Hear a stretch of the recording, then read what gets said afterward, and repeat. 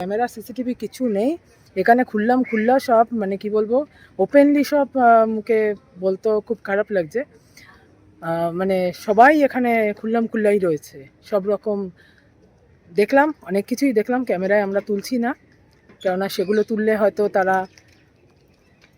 বুঝতেই পারছো, কারোর বাড়ির ছেলে কারোর বাড়ির মেয়ে, তাই জন্য সেটা আমরা তুলছি না। তবে অবশ্যই আমাদের নতুন সরকার, আমাদের বিজেপি সরকারকে একটা অনুরোধ করব যে এই রবীন্দ্র সরোবর লেকের যে সৌন্দর্য, যে প্রাকৃতিক ঐতিহ্য, সেটা যেন বজায় থাকে। এরকমভাবে এই এত সুন্দর একটা পরিবেশ, একটা নেচার, ফ্যামিলি, বাচ্চা কাচ্চা নিয়ে আসার মতন একটা পার্ক এই আশেপাশে আছে। অবশ্যই আমি ঢোকার মুখে শুনলাম যেখানে বাচ্চাদের একটা পার্ক আছে, লায়ন পার্ক এরকম একটা কিছু। তো সেই পার্কে কিন্তু আমরা যেতে পারলাম না, আমার বাচ্চা নিয়ে এসেছিলাম, কিন্তু এখানে হাফ ঢুকেই আমি বেরিয়ে যেতে বাধ্য হচ্ছি, কেননা এই পার্কের এখনকার পরিবেশ কিন্তু একদমই ভালো নয়। তাই নতুন সরকারের কাছে একটাই অনুরোধ করব, নতুন সরকার অবশ্যই এইটা মাথায় রাখবেন। আর এরকমভাবে যদি চলতে থাকে তাহলে নারী সুরক্ষা বা রেপ, ধর্ষণ এগুলো বন্ধ হবে না, কারণ এখানে ওরকমভাবেই চলছে। অবশ্যই সেটা কিন্তু ধর্ষণ বা রেপ নয়, সেটা ইচ্ছাকৃতভাবে চলছে, মানে স্ব ইচ্ছায় চলছে। নমস্কার বন্ধুরা, এই মুহূর্তে আমি রয়েছি রবীন্দ্র সরোবর লেক। খুব সুন্দর একটি লেক। এখানে অনেক কিছু দেখার রয়েছে, যেমন সুন্দর ঝিল, সেরকম রয়েছে দুর্গা মিউজিয়াম।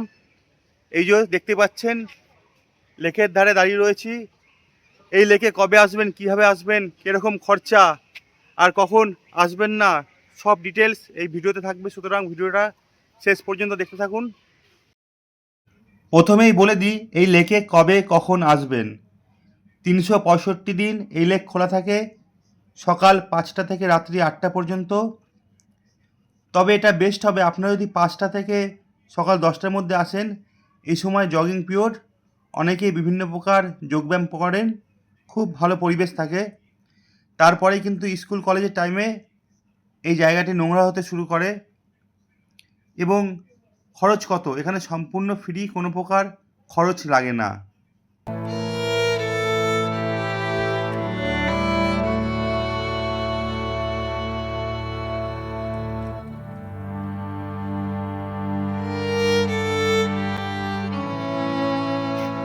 ঝিলের ধারে বসবার একাধিক জায়গা রয়েছে, আপনারা চাইলে এখানে বসতে পারেন, অনেকটা সময় কাটাতে পারেন, খুব সুন্দর লাগবে। দেখতে পাচ্ছেন, এটা কিন্তু গরমকালে আসলে খুব বেশি ভালো লাগবে। বিশাল বড় ঝিলটা রয়েছে। বন্ধুরা, এবার আপনাদের পথ নির্দেশ জানিয়ে দিই। আপনারা মেট্রো করে আসবেন, বেস্ট পথ metro, nearest metro Rabindra Sarobar metro.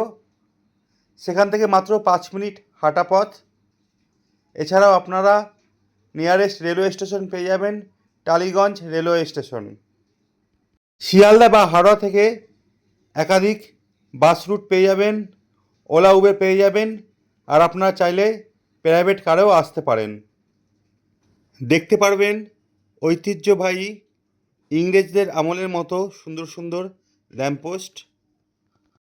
এই ঢাকুরিয়া লেক বিশাল বড় এরিয়া, আর টোটাল 12টি গেট রয়েছে। সূর্য উদয় থেকে সূর্য অস্ত পর্যন্ত আপনারা এই লেকে থাকতে পারবেন। তবে ছোটদের জন্য কিন্তু খুব ভালো নয়, বাড়ির ছোটদের অবশ্যই সাথে নিয়ে আসবেন না।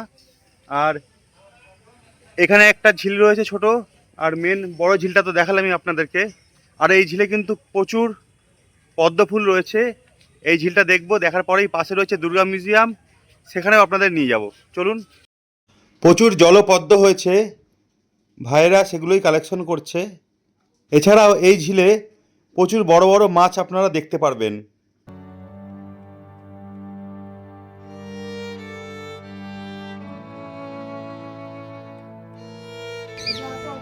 এই মুহূর্তে রয়েছি, দেখতেই পাচ্ছেন, ঢাকুরিয়া লেক, রবীন্দ্র সরোবর লেক বলতে পারেন। আর এর ভিতরেই রয়েছে দুর্গা মিউজিয়াম। 2012 সালে 12ই ডিসেম্বর প্রাক্তন মুখ্যমন্ত্রী মাননীয় মমতা বন্দ্যোপাধ্যায় উদ্বোধন করেছিলেন এবং প্রতিষ্ঠাতা করেছিলেন। বিভিন্ন সময় বিভিন্ন জনপ্রিয় প্যান্ডেলের দুর্গা প্রতিমা এখানে আপনারা দেখতে পাবেন বছরের 12 মাস। তবে একটা কথা বলার রয়েছে, আপনারা কিন্তু কেউ এখানে আসবেন না, কারণ উপযুক্ত নয়, এতটাই নোংরা এবং অসভ্য জায়গা এই লেকটি এবং এর ভিতরের কালচার, নতুন সরকারকে অবশ্যই তার দিকে নজর রাখতে হবে। এই নোংরামোর ভিতর থেকে কোনো ফ্যামিলি, বাচ্চা বা যে কোনো ভদ্র মানুষ ওই মন্দির পর্যন্ত প্রবেশ করতে পারবে না, আমরাও পারিনি।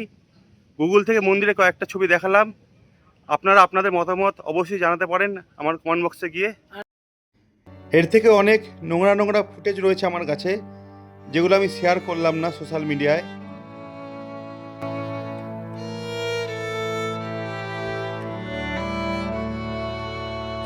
আমরা এখন বেরিয়ে যাচ্ছি রবীন্দ্র সরোবর লেক থেকে। আর আমরা দেখতে এসেছিলাম দুর্গা মিউজিয়াম, যেখানে বছরে 12 মাসই দুর্গা প্রতিমা আপনারা দেখতে পাবেন, কিন্তু না দেখে বেরিয়ে গেলাম বিকজ মনে হলো আমি কোনো বেশ্যাপাড়া থেকে বেরোচ্ছি।